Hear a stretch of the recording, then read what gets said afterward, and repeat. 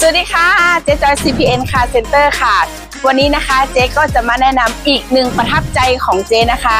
ลูกค้าอยู่อำเภอเชียงดาวจังหวัดเชียงใหม่ค่ะและวันนี้ตัดสินใจนะคะมาเลือกเอารถที่ร้านเจ๊นะคะเดี๋ยวไปสัมภาษณ์กันนะคะว่า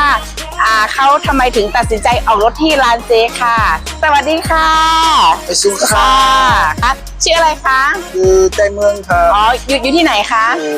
อำเภอเชียงดาวจังหวัดเชียงใหม่ เอาอยู่เชียงดาวจังหวัดเชียงใหม่นะคะ ไปรถทางดีแล้วก็ที่ก็ทางดีใจดีด้วยค่ะ คุณภาพเป็นยังไงคะคุณภาพดีไหมคะ บัตรเตยรถเราถูกใจเขา ถูกใจเลยนะคะ ใช่ค่ะ แล้วเอกสารเป็นไงคะ สั้นยุ่งยากค่ะคนไต้เอาออกง่ายครับพี่น้องไต้เขาออกง่ายก็ออกที่ไหนออกง่ายแต่คนหมดค่ะสาขา หนึ่ง ที่แม่โจ้ค่ะสาขา2วัดหมู่มันค่ะ